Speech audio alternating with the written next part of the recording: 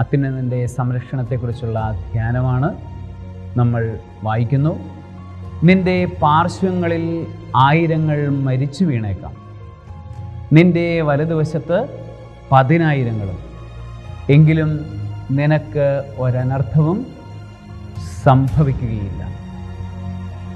നിന്റെ പാർശ്വങ്ങളിൽ 2 ഭാഗത്തും ആയിരങ്ങൾ മരിച്ചു വീണേക്കാം, നിൻ്റെ വലതുവശത്ത് 10,000 മരിച്ചു വീണേക്കാം, എന്നാൽ നിനക്ക് ഒരനർത്ഥവും സംഭവിക്കുകയില്ല.